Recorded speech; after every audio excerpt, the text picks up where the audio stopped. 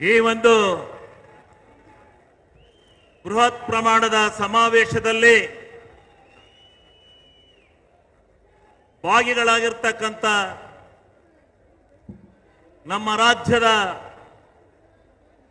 ಘನವತ್ತ ಮುಖ್ಯಮಂತ್ರಿಗಳಾದಂಥ ಸಿದ್ದರಾಮಣ್ಣವರೇ ಮತ್ತು ನಮ್ಮ ರಾಜ್ಯದ ಉಪಮುಖ್ಯಮಂತ್ರಿಗಳಾದಂಥ ಪ್ರದೇಶ ಕಾಂಗ್ರೆಸ್ ಸಮಿತಿ ಅಧ್ಯಕ್ಷರು ಆದಂಥ ಡಿ.ಕೆ. ಶಿವಕುಮಾರ್ ಸಾಹೇಬ್ರೆ ಮತ್ತು ಇಲ್ಲಿ ವೇದಿಕೆ ಮೇಲೆ ಆಸೀನರಾಗಿರ್ತಕ್ಕಂಥ ನಮ್ಮ ರಾಜ್ಯದ ಗೃಹ ಮಂತ್ರಿಗಳಾದ ಪರಮೇಶ್ವರಣ್ಣರೇ ಮತ್ತು ಎಲ್ಲ ಹಿರಿಯ ಕಿರಿಯ ಎಲ್ಲ ನನ್ನ ಆತ್ಮೀಯ ಮಂತ್ರಿಮಂಡಲದ ಎಲ್ಲ ನಮ್ಮ ಮಂತ್ರಿಮಂಡಲದ ಎಲ್ಲ ಸದಸ್ಯರೇ ಮತ್ತು ಎಲ್ಲ ಆಗಮಿಸಿರ್ತಕ್ಕಂಥ ಎಲ್ಲ ಶಾಸಕ ಮಿತ್ರರೇ ಮತ್ತು ಈ ರಾಜ್ಯಕ್ಕೆ ಉಸ್ತುವಾರಿಯಾಗಿರ್ತಕ್ಕಂಥ ಈ ರಾಜ್ಯದ ಕಾಂಗ್ರೆಸ್ ಪಕ್ಷದ ಉಸ್ತುವಾರಿಗಳಾಗಿರ್ತಕ್ಕಂಥ ರಣಜಿತ್ ಸುರ್ಜಾಲಾಲ್ ಅವರೇ ಮತ್ತು ಈ ಸಭೆಯಲ್ಲಿ ಆಗಮಿಸಿರ್ತಕ್ಕ ತಮ್ಮೆಲ್ಲರಿಗೆ ನನ್ನ ಅನಂತ ಧನ್ಯವಾದಗಳನ್ನು ಅರ್ಪಿಸ್ತಾ ಈ ರಾಜ್ಯದಲ್ಲಿ ಒಂದೇ ಒಂದು ವಿಚಾರವನ್ನು ನಾನು ಹೇಳಿ ನಾನು ಹೆಚ್ಚಿಗೆ ಸಮಯವನ್ನು ತೆಗೆದಿಲ್ಲ.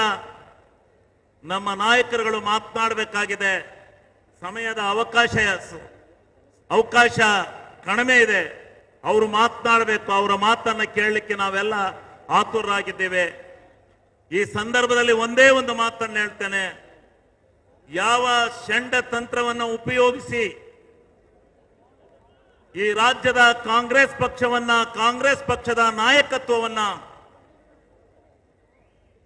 ಒಂದು ಕೆಟ್ಟ ಪ್ರವೃತ್ತಿಗೆಯನ್ನ ತಂದು ಇಲ್ಲ ಸಲ್ಲದ ಆಪಾದನೆಗಳನ್ನ ಮಾಡಿ ಇಡಿ ಅಂತ ಒಂದು ಸಂಸ್ಥೆಯನ್ನು ಉಪಯೋಗಿಸಿಕೊಂಡು ಏನು ಈ ರಾಜ್ಯದಲ್ಲಿ ಕಾಂಗ್ರೆಸ್ ನಾಯಕರಿಗೆ ಕೆಟ್ಟ ಹೆಸರನ್ನ ತರಲಿಕ್ಕೆ ನೀವು ಹೊಂಟಿದ್ದೀರಿ.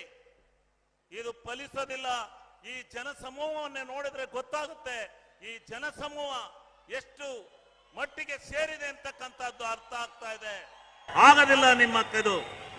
ಇವತ್ತು ಸಿದ್ದರಾಮಣ್ಣವರ ನಾಯಕತ್ವದಲ್ಲಿ ಮತ್ತು ಡಿ.ಕೆ. ಶಿವಕುಮಾರ್ ಅವರ ನಾಯಕತ್ವದಲ್ಲಿ ಈ ರಾಜ್ಯದಲ್ಲಿ ಎಲ್ಲ ಮಂತ್ರಿಮಂಡಲದ ಎಲ್ಲ ನಮ್ಮ ಹಿರಿಯ ನಾಯಕರುಗಳ ಆಶೀರ್ವಾದದಿಂದ ಇವತ್ತು ಸುಭದ್ರವಾಗಿರ್ತಕ್ಕಂಥ ರಾಜ್ಯಭಾರ ಈ ರಾಜ್ಯದಲ್ಲಿ ನಡೀತಾ ಇದೆ. ನೀವೇನಾದ್ರೂ ಹೇಳ್ತಾರೆ ಹಾಸನ ಜಿಲ್ಲೆಯಲ್ಲಿ ಏನೋ ಹೇಳ್ತಾರೆ ಜೆಡಿಎಸ್ಸಿನ ಭದ್ರಕೋಟೆ ಅಂತ ಹೇಳಿ. ಹೆಂಗ ಜೆಡಿಎಸ್ಸಿನ ಭದ್ರಕೋಟೆ? ಎಲ್ಲಿದೆ ಜೆಡಿಎಸ್ಸಿನ ಭದ್ರಕೋಟೆ? 25 ವರ್ಷಗಳಿಂದ ಯಾವ ಪಾರ್ಲಿಮೆಂಟ್ ಸದಸ್ಯತ್ವವನ್ನ ತೆಗೆದುಕೊಳ್ಳಲಿಕ್ಕೆ ಸಾಧ್ಯ ಇರಲಿಲ್ಲ. ಆ ಸದಸ್ಯತ್ವವನ್ನ ನಮ್ಮೆಲ್ಲ ನಾಯಕರ ಆಶೀರ್ವಾದದಿಂದ, ನಿಮ್ಮ ಆಶೀರ್ವಾದದಿಂದ ನಾವು ಗೆದ್ದಿದ್ದೇವೆ. ನಾವು ಗೆದ್ದು ಇವತ್ತು ಹಾಸನ ಜಿಲ್ಲೆಯಲ್ಲಿ ಇವತ್ತು ಚುನಾವಣೆ ನಡೆದ್ರು. ನಮ್ಮ 7 ಕ್ಷೇತ್ರದಲ್ಲಿ ಶಾಸಕ ಸ್ಥಾನದಲ್ಲಿ 7 ಕ್ಷೇತ್ರವನ್ನ ಗೆಲ್ತಕ್ಕಂಥ ಬಲಿಷ್ಠವಾಗಿದ್ದೇವೆ ಅಂತಕ್ಕಂಥ ಮಾತನ್ನ ನಾನು ಈ ಸಭೆಯಲ್ಲಿ ಹೇಳಲಿಕ್ಕೆ ಬಯಸ್ತೇನೆ.